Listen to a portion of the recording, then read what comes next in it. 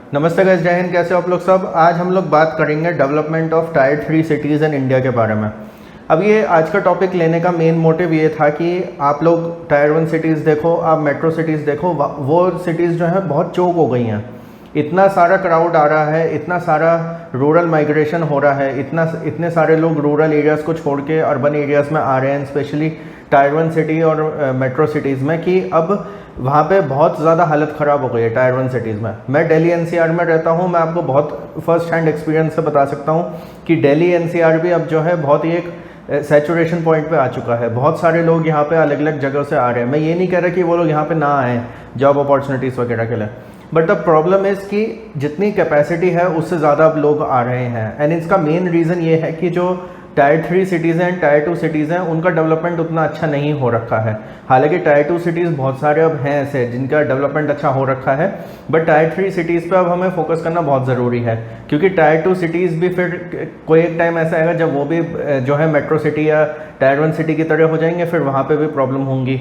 And उसके अलावा क्या है, देखो टायर 3 सिटीज़ का डेवलपमेंट भी बहुत ज़रूरी है। हम ये नहीं कह सकते कि भाई सारी इंडस्ट्रीज़ हम केवल मेट्रो सिटीज़ में, टायर 1 सिटीज़ में ही लगा दें। तो इसलिए इस वीडियो में हम लोग फोकस करेंगे डेवलपमेंट ऑफ टायर 3 सिटीज़ के ऊपर। कुछ टाइम पहले मैंने एक वीडियो बनाया था, रूरल इकोनॉमी हमें कैसे बढ़ानी चाहिए इंडिया की, इंडिया का रूरल इकोनॉमिक डेवलपमेंट कैसे करना चाहिए। उसमें मेरा मेन फोकस गांव कस्बों के एरिया थे, इस वाले में मेरा फोकस टायर 3 सिटीज़ है। अब बात आती है कि टायर 3 सिटीज़ का हमें डेवलपमेंट क्यों ज़रूरी है। जैसे एक तो मैंने आपको बताया ओवर कैपेसिटी हो गई है, बिल्कुल सैचुरेशन पॉइंट पे आ गया है, चोक हो गया है, ट्रैफिक जाम की प्रॉब्लम्स होती हैं, पोल्यूशन की प्रॉब्लम्स होती हैं, एंड प्लस देखिए रिसोर्सेज तो लिमिटेड हैं। अब अगर दिल्ली जैसे शहर में 2 करोड़ लोगों के हिसाब से रिसोर्सेज हों और 3 या 4 करोड़ लोग आ जाए, तो आप सोच सकते हैं कि वो कितना एक प्रॉब्लमेटिक सिचुएशन हो जाएगी। स्पेशली दिल्ली एनसीआर के जो रेजिडेंट्स हैं, जो सिटीजन्स हैं दिल्ली एनसीआर के, जो बहुत सालों से दिल्ली एनसीआर में रह रहे हैं, तो इसलिए हमें बहुत ज़्यादा ज़रूरत है अब टायर 3 सिटीज़ के डेवलपमेंट की। कुछ बातें ऐसी हुई थी कि स्मार्ट सिटीज़ वगैरह बनेंगी, कुछ का धुलेरा का और कुछ और सिटीज़ का हमें नाम सुनने में आता है, बट मेरे हिसाब से जितना तेज़ी से काम होना चाहिए उतना हो नहीं पा रहा है। हालांकि अभी 2020 और 21 में भी थोड़ा सा डिले हो गया है इंडिया की जो भी इकोनॉमिक डेवलपमेंट थी। इनफैक्ट इंडिया की क्या पूरी दुनिया की इकोनॉमिक डेवलपमेंट थोड़ी सी डिले हो रखी है अभी 2020-21 के टाइम पर। अब जो है, अब हमारे पास एक बहुत अच्छा टाइम है कि हम अपनी इकोनॉमी को पूरी तरीके से रीसेट करें। जो एरियाज़ पे हमने ध्यान नहीं दिया, हम उन एरियाज़ पे ध्यान दें।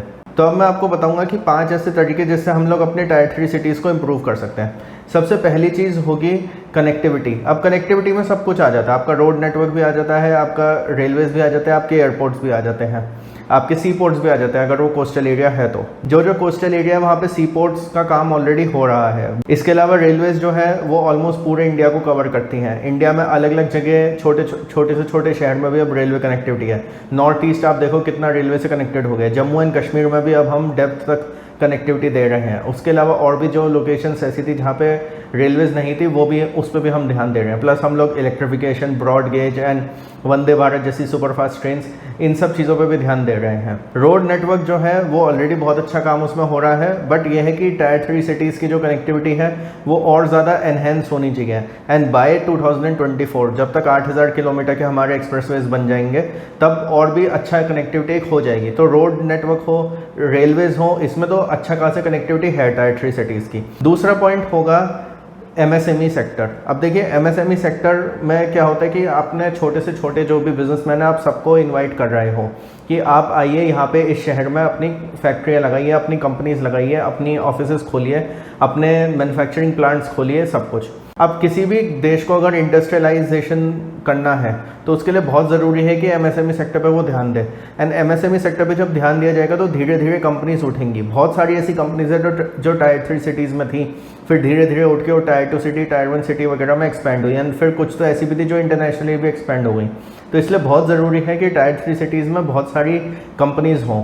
इसके अलावा MNCs वगैरह जो हैं उनको भी अब टायर 3 सिटीज़ में हमें इनवाइट करना चाहिए। ऐसा नहीं होना चाहिए कि एक्सेंचर हो गई, सेपिएंट हो गई, या फिर आपकी सैक्सो बैंक हो गई, ये जो सारी बाहर की MNCs हैं, इनके ऑफिसेज आपको केवल गुड़गांव में, नोएडा में, हैदराबाद, पुणे वगैरह में ही मिले।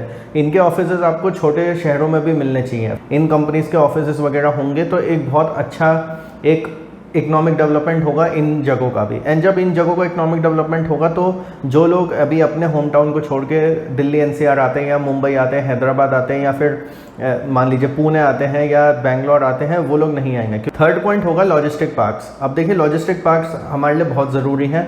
हमें केवल इतना नहीं चाहिए कि हमारे पास रोड कनेक्टिविटी हो जाए या रेलवे कनेक्टिविटी हो जाए या एयरपोर्ट्स हो जाए, हमारे पास लॉजिस्टिक पार्क्स की भी फैसिलिटीज़ होनी चाहिए। ये इसलिए कि मान लीजिए कोई अयोध्या में कोई फैक्ट्री है या मान लीजिए आपका रायबरेली में कोई फैक्ट्री है, तो उसको कोई सामान भिजवाना है इंडिया के अलग अलग कोनों में या फिर बाहर एक्सपोर्ट करना है, प्लस जो DFCs में जो लोड करना है, उन सब चीज़ों के लिए लॉजिस्टिक पार्क्स भी होने बहुत ज़रूरी है।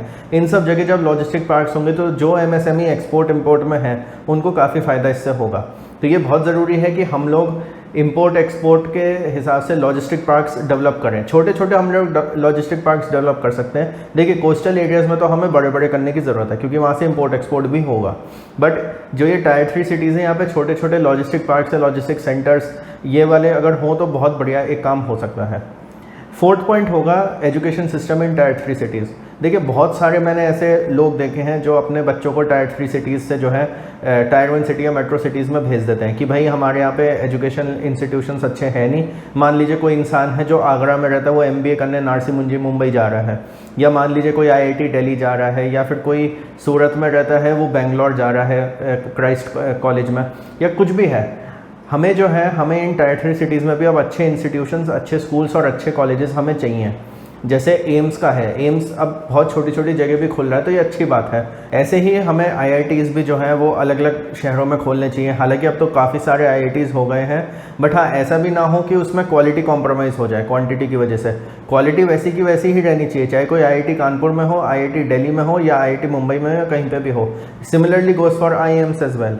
हमें क्वालिटी को कॉम्प्रोमाइज़ नहीं करना है, हमें क्वांटिटी बढ़ानी है। एंड प्लस अगर आप IIT हमें हर जगह नहीं भी बनाना तो हमें ये जो बहुत अच्छी अच्छी प्राइवेट यूनिवर्सिटीज़ है, MIT यूनिवर्सिटी हो गई या फिर आपकी ये जैसे नारसी मुंजी हो गया मुंबई का, या और भी क्राइस्ट कॉलेज हो गया, या जो भी आपके प्राइवेट प्लस पब्लिक जो भी आपके वो हैं यूनिवर्सिटीज़ हैं, इनको हम कह सकते हैं कि आप अपनी ब्रांचेस जो है टायर 3 सिटीज़ में भी खोलो। टायर 3 सिटीज़ में जब खोली जाएंगी तो वहाँ के जो स्टूडेंट्स हैं उनको ज़बरदस्ती दिल्ली, मुंबई, बेंगलोर या फिर कोई किसी बड़े शहर जाना नहीं पड़ेगा। फिफ्थ पॉइंट होगा हेल्थ सर्विसेज। अब देखिए हेल्थ सर्विसेज, हेल्थ इंफ्रास्ट्रक्चर ये बिल्कुल ऐसे ही है जैसे एजुकेशन सिस्टम है हमारा।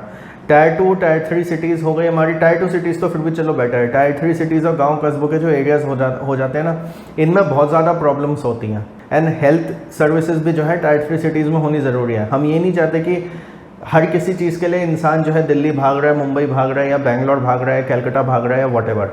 हमें बहुत अच्छे हेल्थ इंफ्रास्ट्रक्चर, बहुत अच्छे हॉस्पिटल्स, बहुत अच्छे क्लिनिक्स वगैरह टायर 3 सिटीज़ में भी चाहिए। हाँ अभी जैसे सेकेंड वेव आई थी तो आप लोगों को पता है कि जो भी टायर 3 सिटीज़ थे और जो भी गांव कस्बों के एरियाज़ थे वहाँ पे बहुत प्रॉब्लम्स आई थी। वो क्यों आई थी? क्योंकि वहाँ का हेल्थ इंफ्रास्ट्रक्चर इतना अच्छा है नहीं।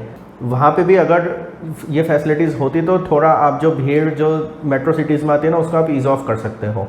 तो गाइज़ ये 5 पॉइंट्स थे जिससे मेरे को लगता है टायर 3 सिटीज़ को हम लोग इम्प्रूव कर सकते हैं, हम लोग उनकी डेवलपमेंट कर सकते हैं। देखिए अगर आप चाइना के बारे में अच्छी तरीके से स्टडी करेंगे ना तो आपको पता चलेगा कि चाइना ने बहुत सारे टायर 1, टायर 2 और टायर 3 सिटीज़ को जो है डेवलप करा है। टायर 3 सिटीज़ बहुत सारी ऐसी हैं चाइना में जिनमें उन्होंने छोटी छोटी इंडस्ट्रीज़ लगाई, basic health infrastructure, basic educational institutions, connectivity, ये सारी चीज़ें उन्होंने करी। एंड प्लस जो माइग्रेशन था उसको उन्होंने रोका। बिकॉज आज की डेट में अगर आप बीजिंग एंड शंघाई भी देखो तो वहाँ पे भी बहुत ज़्यादा सैचुरेशन हो गया, वहाँ पे भी बहुत सारे लोग जो हैं गांव कस्बों से आ गए थे। बट अब क्या है कि चाइना ने धीरे धीरे टायर 2, टायर 3 सिटीज़ में जो है डेवलपमेंट करा, जिसकी वजह से जो माइग्रेशन है वो थोड़ा कम हो गया है। सिमिलरली फॉर यूएस में भी आप देखो अब ऐसा नहीं होता कि हर कोई इंसान न्यूयॉर्क भाग रहा है या हर कोई इंसान वाशिंगटन जा रहा है या हर कोई इंसान सैन फ्रांसिस्को या LA जा रहा है। उनको पता है कि भाई छोटे छोटे शहर और भी हैं जो टायर 3 सिटीज़ हैं वो भी बस गई हैं। जब उनमें भी डेवलपमेंट हो गया, उनमें भी कंपनीज आ गई हैं तो उनको ज़रूरत नहीं पड़ती फिर माइग्रेशन वगैरह करने की। Anyways guys that's it for this video. और कुछ आपको ऐड करना हो तो प्लीज़ कमेंट करिएगा, like this video, share it with all your friends. Thank you for watching the video.